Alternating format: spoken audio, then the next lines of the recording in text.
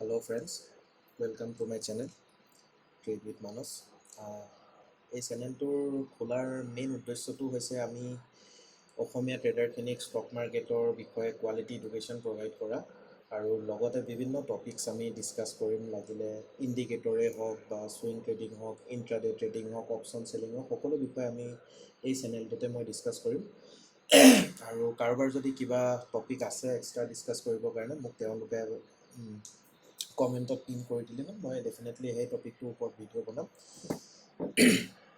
তো আজি আমি চাম আৰ এছ আইৰ ওপৰত বেছ কৰি আমি কেনেকৈ ট্ৰেড এটা ল'ব পাৰোঁ বা কেনেকৈ আমি ছুইং ট্ৰেড কৰিব পাৰোঁ, কেনেকৈ আমি ইনভেষ্টমেণ্ট কৰিব পাৰোঁ আৰ এছ আইডালৰ ওপৰত বেছ কৰি, কেনেকৈ আমি ইণ্ট্ৰাডে ট্ৰেড ল'ব পাৰোঁ, কেনেকৈ আমি ক্ৰিপ্ট'কাৰেঞ্চিত ইনভেষ্ট কৰিব পাৰোঁ অকল আৰ এছ আইডালৰ ওপৰত বেছ কৰি।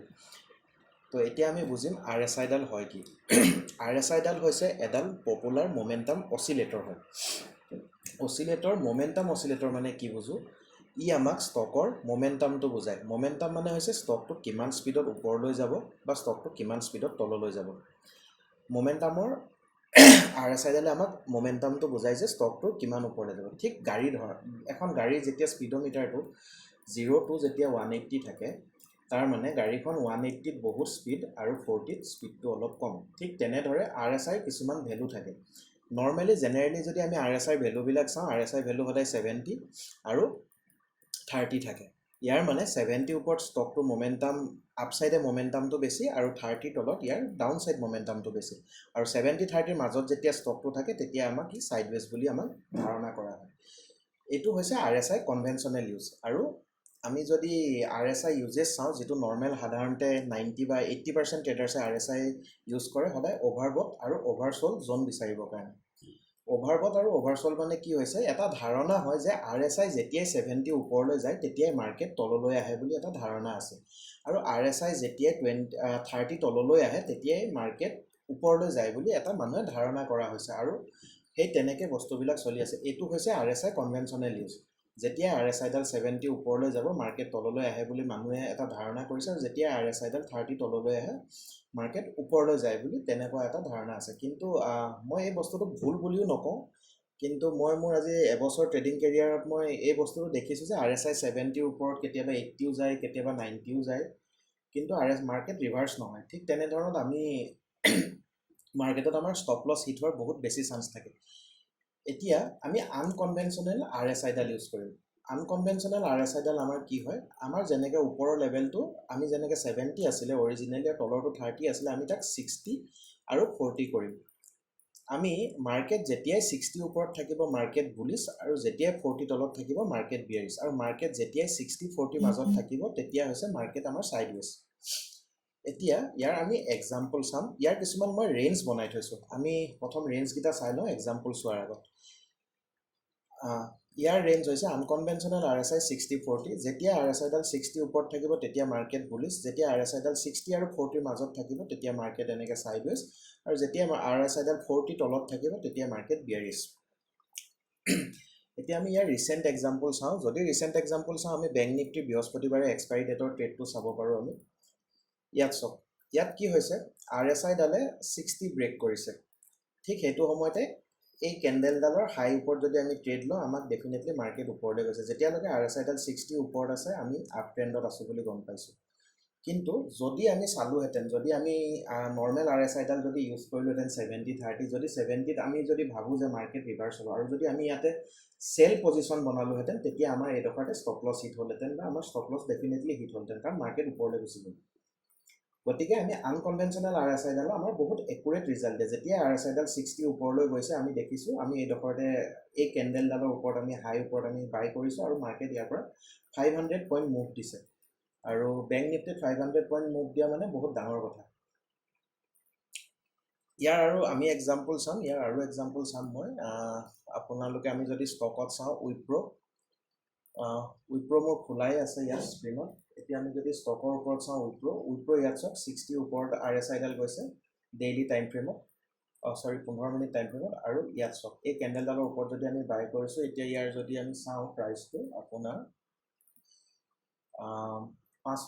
562ৰ পৰা মাৰ্কেট আপোনাৰ 686লৈকে গৈছে।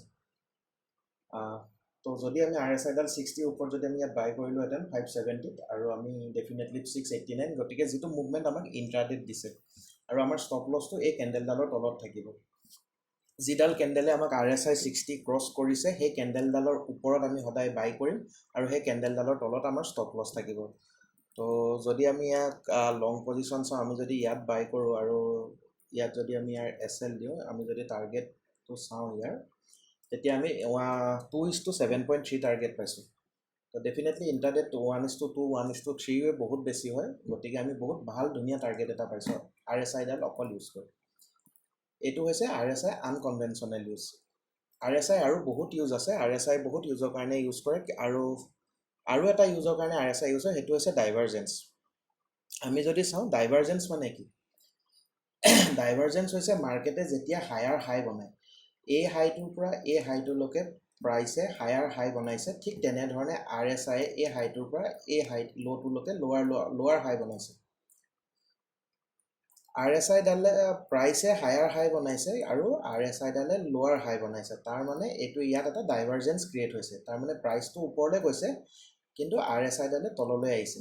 ঠিক এনেকুৱাতে আমি এটা প্ৰবেবিলিটি থাকে যে মাৰ্কেটে ট্ৰেণ্ডটো অকণমান দেৰিৰ কাৰণে চেঞ্জ কৰিব, হয়তো ট্ৰেণ্ডটো টোটেলি চেঞ্জে কৰি দিবলৈ পাৰে বা ৰিট্ৰেচমেণ্ট লোৱাৰ বহুত চান্স থাকে।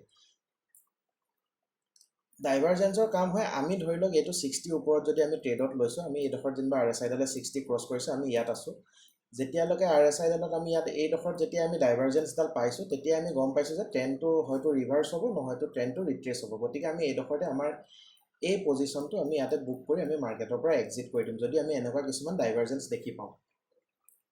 ঠিক আছে, আৰু ইয়াৰ আমি ডাউন ছাইডৰ ডাইভাৰজেঞ্চটো চাই লওঁ। ইয়াত কি হৈছে, প্ৰাইচে লোৱাৰ ল' বনাইছে, ঠিক তেনেকৈ RSI ডালে হায়াৰ হাই বনাইছে। প্ৰাইচে লোৱাৰ ল' বনাইছে, এই ল'টোতকৈ এই ল'টো লোৱাৰ হয় আৰু RSI ডালে এই ল'টোতকৈ এই ল'টো হাই হয়, গতিকে হায়াৰ ল' বনাইছে। ঠিক আমি এইটো ধৰিব পাৰোঁ যে এই যিটো ডাউন ট্ৰেণ্ড আছিলে, এই ডাউন ট্ৰেণ্ডটো হয়তো এইডোখৰত ৰিট্ৰেচ ল'ব আৰু নহয়তো এই ট্ৰেণ্ডটো এইডোখৰতে শেষ হৈছে, গতিকে ইয়াৰ পৰা ই আপ ট্ৰেণ্ড ফৰ্ম কৰিব। এইটো হৈছে RSI ডাইভাৰজেঞ্চ। আৰু কিছুমান RSI আমি নতুন কনচেপ্ট পঢ়িম, RSI সেইটো হৈছে RSI ৰেঞ্জ শ্বিফ্ট। এইডাল হৈছে আমাৰ RSI ওপৰ লেভেল 60 আৰু এইটো হৈছে 40। যেতিয়াই মাৰ্কেটে আমাক 60 ব্ৰেক কৰিব, আমি গম পাম মাৰ্কেট সদায় বুলিছ। 60 ব্ৰেক কৰাৰ পিছত মাৰ্কেট ওপৰলৈ যাব। কেতিয়াবা আমাৰ এনেকুৱা হয় যে আমি এই ট্ৰেণ্ডটো মিছ কৰি দিওঁ, বা আমি এইডোখৰত আমি মাৰ্কেটত লাইভ নাথাকোঁ বা স্ক্ৰীনৰ আগত নাথাকোঁ, আমি এই ট্ৰেডটো ল'ব নোৱাৰোঁ।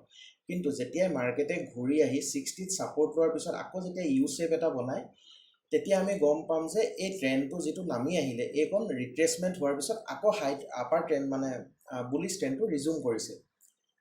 গতিকে আমি এই যেতিয়া 60ত ছাপৰ্ট লৈ ইউ লাইন এটা বনোৱা যায়, তেতিয়া আমি আকৌ এই ষ্টকটোত আমি ট্ৰেড ল'ম। এইটো কোৱা হয় ৰেঞ্জ শ্বিফ্ট। ঠিক তেনেধৰণে আমি যদি তল ছাইডে চাওঁ, মাৰ্কেটে যেতিয়া 40ত লৈছে, আমি গম পাইছোঁ যে মাৰ্কেট আমাৰ বিয়াৰিছ হয়। যদি আমি এই 40ত আমি ট্ৰেড ল'ব পৰা নাই বা আমি ট্ৰেডটো মিছ কৰিছোঁ, মাৰ্কেট যেতিয়াই 40 পৰা আহি আকৌ যদি 40ত ছাপৰ্ট লৈ এটা এনেকৈ এ শ্বেপ বনাইছে, এ শ্বেপ বনালে আমি গম পাম যে ই আকৌ ইয়াৰ ডাউন ট্ৰেণ্ডটো ৰিজিউম কৰিবলৈ লৈছে, আৰু যেতিয়া ই ডাউন ট্ৰেণ্ডটো ৰিজিউম কৰে, আমি এইডোখৰত আকৌ বাই কৰিলে আমি ডেফিনেটলি আমি প্ৰফিটেবল হ'ম। ৰেঞ্জ শ্বিফ্টৰ আৰু এটা এক্সাম্পল আছে। মাৰ্কেটে যেতিয়াই 60 ক্ৰছ কৰে, 60 ক্ৰছ কৰাৰ পিছত যেতিয়া মাৰ্কেটে 60 ক্ৰছ কৰিছে, 60 ক্ৰছ কৰাৰ পিছত মাৰ্কেটে যেতিয়া আকৌ তললৈ আহি 60টো ভাঙি দিয়ে, ভঙাৰ পিছত মাৰ্কেটে আকৌ ওপৰলৈ যাবলৈ খোজে, কিন্তু 60ত ছাপৰ্ট লৈ মাৰ্কেটে এটা এ শ্বেপৰ টাইপত ট্ৰেণ্ড বনায়। তেতিয়া আমি গম পাম যে আমাৰ যিটো আপ ট্ৰেণ্ড আছে, আপ ট্ৰেণ্ডটো এইডোখৰত শেষ হৈছে, হয়তো ইয়াৰ পৰা মাৰ্কেট ছাইডৱেজ যাব আৰু নহয়তো ডাউন ট্ৰেণ্ড গুচি যাব।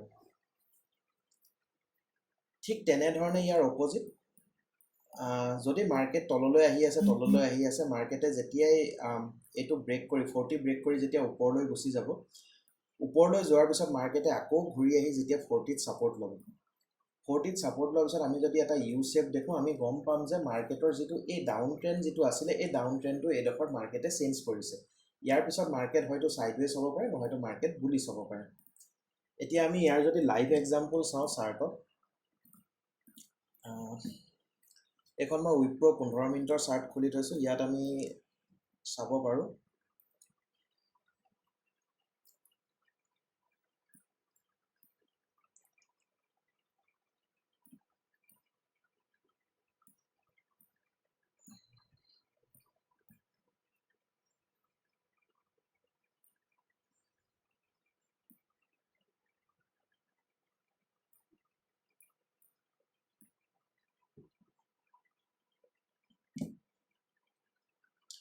ক্ষমা কৰিব অকণমান নেটটো শ্ল' হৈ থকাৰ কাৰণে হেৰি কৰিব মানে এইডোখৰত মন কৰিব মাৰ্কেট ডাউন ট্ৰেণ্ড আহিলে ইয়াৰ পৰা মাৰ্কেট ডাউনফল কৰিলে আমি এই ডাউন ট্ৰেণ্ডটো RSIডালত 40 ব্ৰেক কৰিছে 40 ব্ৰেক কৰোঁতে আমি ট্ৰেণ্ডটোত নাথাকিলোঁ বা আমি ল'ব নোৱাৰিলোঁ তাৰপিছত মাৰ্কেটে কি কৰিছে ওপৰলৈ গৈ পিনি আকৌ 40ত ছাপৰ্ট লৈ এ শেপ বনাইছে 40ত ছাপৰ্ট লৈ এ শেপ বনাইছে আমি যদি এই ফলটো মিছ কৰিছোঁ আমি এইডোখৰত আকৌ এণ্ট্ৰি কৰিম আৰু এইডোখৰত এণ্ট্ৰি কৰাৰ পিছত মাৰ্কেটে এটা ধুনীয়াকৈ আমাক ফ্ৰী ফল দিছে এইটোৱে হৈছে RSI ৰেঞ্জ শ্বিফ্ট ঠিক তেনেধৰণে যদি আমি আপছাইডে চাওঁ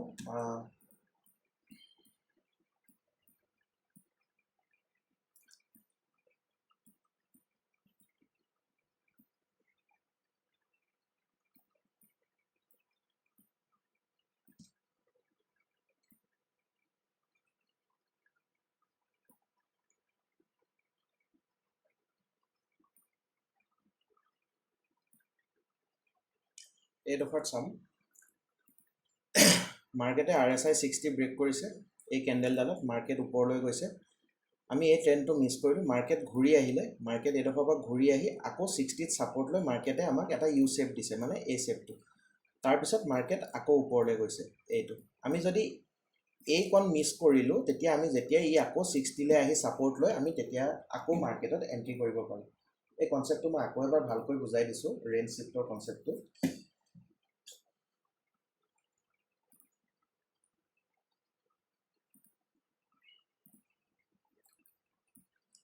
এইডাল আমাৰ RSI এই ওপৰৰ আমাৰ এইটো হৈছে 60 আৰু এইটো হৈছে 40 মাৰ্কেটে যেতিয়াই 60 ক্ৰছ কৰিব আমি গম পাম যে আমাৰ ট্ৰেণ্ডটো বুলিছ হয় এইটো বুলিছ ট্ৰেণ্ড কিন্তু মাৰ্কেটে ট্ৰেণ্ডটো যেতিয়াই বুলিছে মাৰ্কেট ওপৰলৈ গৈ আছে তাৰপিছত মাৰ্কেট তললৈ আহি আকৌ 60ত ছাপৰ্ট লৈ ইউ শেপ বনাইছে তাৰমানে আমি গম পাইছোঁ ইয়াৰ পৰা মাৰ্কেটে যি এই ৰেলীটো কৰিলে এইডোখৰ ৰিট্ৰেচমেণ্ট লৈছে মাৰ্কেটে ৰিট্ৰেচমেণ্ট লোৱাৰ পিছত ইয়াত যেতিয়া ইউ শেপ বনাইছে যদি আমি এই ৰেলীটো মিছ কৰিছোঁ এই 60ৰ পৰা যিটো ওপৰলৈ গ'ল এই জেগাকণ যদি আমি মিছ কৰিছোঁ তেতিয়া আমি এইডোখৰত আকৌ এণ্ট্ৰি কৰিম যেতিয়া ই 60ত ছাপৰ্ট লয় যেতিয়া এই 60ত ছাপৰ্ট লৈ এণ্ট্ৰি কৰিম আৰু মাৰ্কেট নিৰ্দিষ্ট টাইমত ওপৰলৈ গুচি যাব যিডাল কেণ্ডেলত 60ত ছাপৰ্ট লৈ সেই কেণ্ডেলডালৰ হাইট আমি আমাৰ লিমিট অৰ্ডাৰ প্লেচ কৰিম আৰু তাৰ তলত আমি SL প্লেচ কৰিম ঠিক তেনেধৰণে ইয়াৰ অপজিট যেতিয়াই মাৰ্কেটে 40 ব্ৰেক কৰিব আমি গম পাম আমাৰ ট্ৰেণ্ডটো বিয়েৰিছ ট্ৰেণ্ড হয় আমি যদি এই ট্ৰেণ্ডটো মিছ কৰোঁ মাৰ্কেটে আকৌ যেতিয়া আহি 40ত ছাপৰ্ট লৈ আমাক এ শেপ বনাই দিব তেতিয়া আমি গম পাম যে মাৰ্কেটে যিটো বিয়েৰিছ ট্ৰেণ্ড সেই ট্ৰেণ্ডটো আকৌ কণ্টিনিউ হৈছে গতিকে আমি আকৌ এইডোখৰত এণ্ট্ৰি কৰি পিনি আমি ডেফিনেটলি ইয়াত যাম আৰু হয়তো কোনোবা যদি ডাঙৰ ট্ৰেডাৰ আছে হয়তো এইডোখৰত আপোনালোকে এভাৰেজিঙো কৰিব পাৰে আপোনালোকৰ পজিশ্যনখিনি এই ডাউন ট্ৰেণ্ডটো আকৌ ৰিজিউম কৰিব ঠিক তেনেধৰণে আৰু এটা কনচেপ্ট মই বুজাই দিছোঁ এইটো 60 আৰু এইটো হৈছে 40 যেতিয়াই মাৰ্কেটে ওপৰলৈ গৈছে ওপৰলৈ যোৱাৰ পিছত মাৰ্কেট তললৈ গুচি আহিলে আমাক 60ডাল ব্ৰেক কৰি দিলে 60 ব্ৰেক কৰাৰ পিছত ই যেতিয়াই 60ত ছাপৰ্ট লৈ এ শেপ বনায় তেতিয়াই আমি গম পাম মাৰ্কেটৰ যিটো আপ ট্ৰেণ্ড আছিলে এই আপ ট্ৰেণ্ডটো এইডোখৰতে শেষ হৈছে এতিয়াৰ পৰা ই হয়তো ছাইডৱেজ থাকিব নহয়তো ই ডাউন ট্ৰেণ্ড গুচি আহিব ঠিক ইয়াৰ অপজিট